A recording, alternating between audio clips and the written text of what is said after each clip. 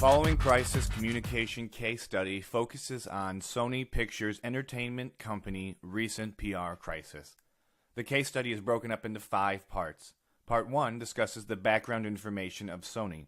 Part 2 discusses the public and government's reaction to the crisis and the social media impact. Part 3 discusses the 4 stages of crisis management. Part 4 is the summary, and Part 5 is the reference page.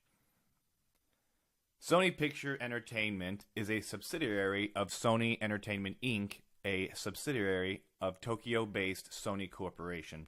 SPE's global operations encompass motion picture production, acquisition and distribution, television production, acquisition and distribution, television networks, digital content creation and distribution, operation of studio facilities, and development of new entertainment products, services, and technology.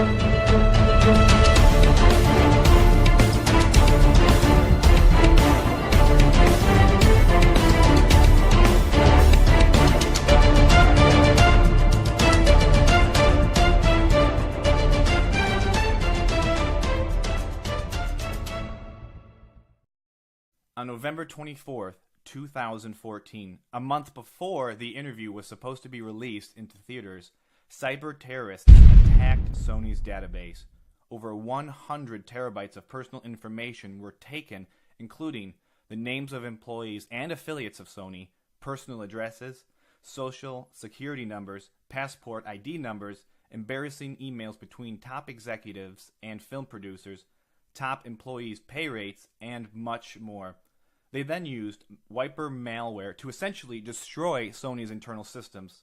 Sony's systems went down for 2 days, to which Sony says most of their employees were forced to use personal email accounts, external hard drives, and even resort to paper and pencil for taking notes. And most decided to even work from home. The hacker group that took responsibility for the act calls themselves the Guardians of Peace, or GOP. The film called The Interview a satirical movie based on the assassination of North Korean leader Kim Jong-un.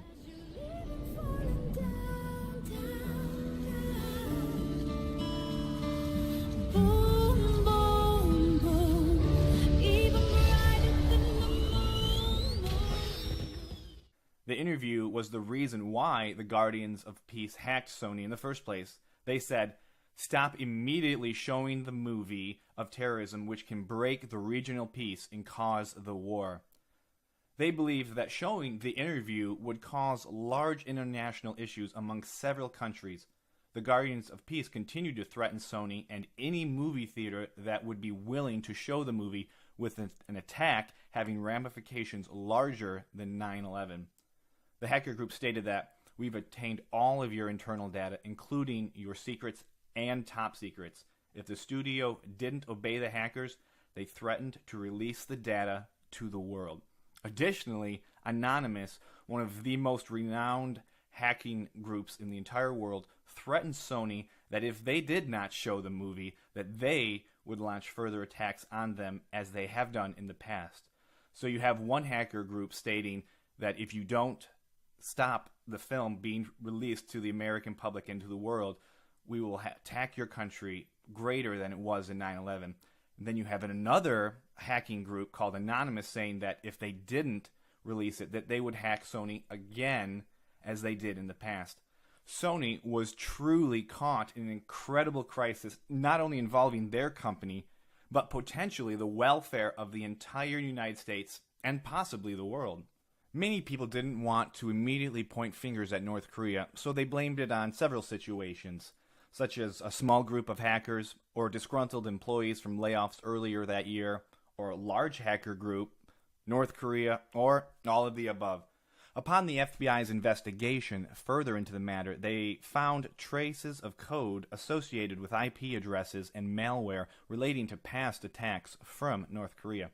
Additionally, the tools used in former attacks from North Korea on South Korea had similar features as the attacks on Sony. As the FBI made press release statements about their findings, it fueled the rage of different views of the situation and who did it. The government confirmed their findings and said that there was a substantial amount of evidence beyond what is unclassified. The Guardians of Peace responded by sending a link to the FBI and CNN and telling them that they were idiots for their obvious conclusions. The FBI speculates the Guardians of Peace were paid by the North Koreans to dismantle Sony. David Kennedy, CEO of information security firm Trusted Sec, stated they were going to destroy the company. As information continued to leak and everyone was scrambling to solve the situation, Sony prospected that this attack was going to cost them an upwards of $75 million. When the information was leaked, the public started to share it and even started tweeting about it. Sony threatened Twitter with being held responsible for any sensitive data being tweeted. Sony proceeded to give its employees 12 months of identity protection gratis. On December 17th, Sony decided to retract the movie and not show it in theaters or release it to the public. The Guardians of Peace praised the response by saying that they were doing the right thing. Now let's focus on what actually happened on social media, such as Twitter, and what Sony did to counter these issues both online and off. Sony's decision to retract the movie left Hollywood in anger about their decision. Many celebrities lashed out against the company on Twitter. Here are some of their tweets.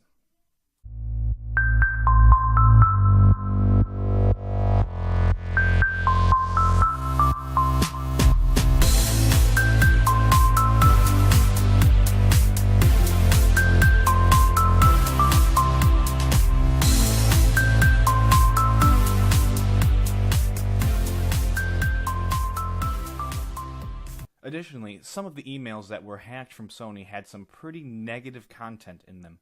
First off, Scott Rudin, a high-powered Hollywood producer, was caught trashing Angelina Jolie in an email, in addition to making racially insensitive comments about President Obama's taste in movies. Scott later apologized in a statement to the trade website, stating that the emails he exchanged with Pascal contained jests written in haste and not meant for public consumption, but they were indefensible in the harsh light of a public forum without context, he said. Sony Pictures Entertainment chief Amy Pascal added her regrets about her exchange with Rudin, which had developed into a mocking of movies featuring black actors and Obama's supposed preference for them. Soon after Rudin's apology, Pascal issued her own apology, stating their emails were insensitive and inappropriate. Pascal stated in an apology, but they were not an accurate reflection of who I am. Although this was a private communication that was stolen, I accept full responsibility for what I wrote and apologize to everyone who was offended. Many actors spoke out after the release of these insensitive emails, such as comedian and actor Kevin Hart, whose film was mentioned in one of the emails between Pascal and Rudin. Kevin Hart, who was called a whore in one of Pascal's emails, stated on Instagram that he was brushing off the insults and that I refuse to be broken. Sony's public relation efforts in response to the hack and the embarrassing emails have not been that successful, as some have stated online. Some additional movie stars took to Twitter stating that the emails revealed the true nature of life in Hollywood. Zoe Saldana said on Twitter, being #hacked sucks, but not as much as being an actress at the mercy of these producers' tongues. Not everyone knows #Rudin, #Pascal, #email. Additionally, Judd Apatow stated this on his Twitter, releasing private Sony emails to hurt people is the same as releasing nude photos of Jennifer Lawrence. Why are they okay to print? Part 3. 4 stages of crisis management and overall new strategy for recovery for Sony Pictures Entertainment. Stage 1. Be prepared. Before anything happens, Sony should build up a reputation with their audience online. Sony should already have a large and trusting following of people. Sony's technical and clean reputation continues to precede them, as they should exploit the good opportunities in front of them. Sony should continually be building a relationship with the crowd through means of social media, promotions, and conventions that will enable them to connect with their audience even further. In addition, Sony should always be educating and informing their audience. While building reputation, Sony should also be practicing running press releases through diverse streams of news and blogs. This is to ensure there is no hesitation of PR system flow. Sources may include, but are not limited to, Entrepreneur.com, TheWrap.com, Fox News, CNN, ABC, and magazines such as People Magazine, Time, and Billboard. Stage 2. Respond to crisis. Whatever the crisis, it is recommended and appreciated if Sony responds within 24 hours. After the 24-hour period, someone else will have responded. Facts or no facts, responses should be timely, sympathetic, and apologetic.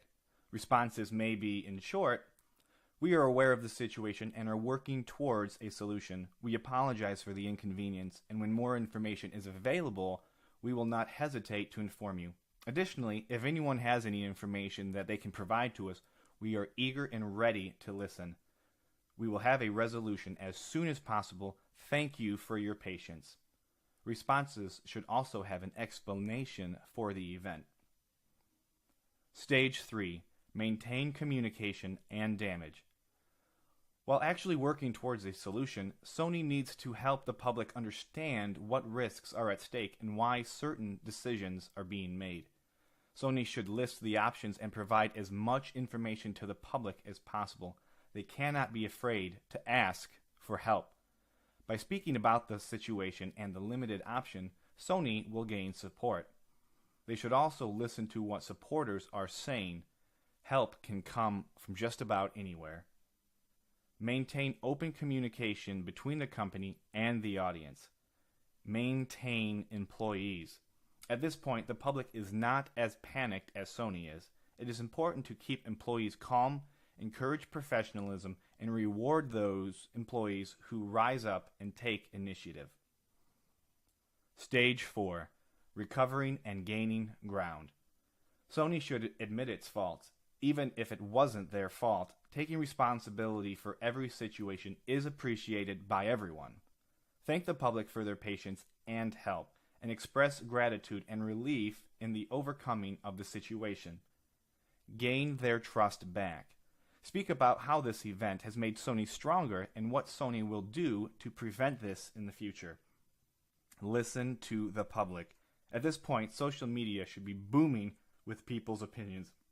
Take everything into consideration and speak about how the company can build their suggestions.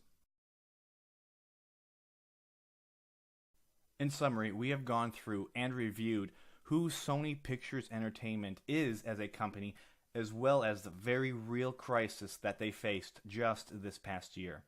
We evaluated everything that happened during the event, because of the event, and after the event. In looking back on this devastating blow to Sony, we realize just how vulnerable people, companies, and governments are to cyber terrorism. In this case, it not only affected Sony, but also, in a very real sense, affected the United States and North Korea.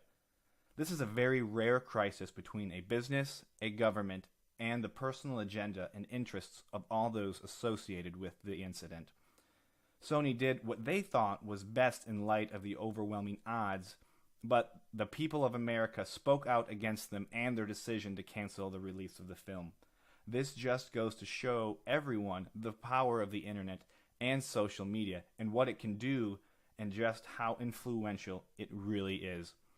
We also reviewed the steps that French Toast Mafia would make in the event of another PR crisis with Sony Pictures Entertainment.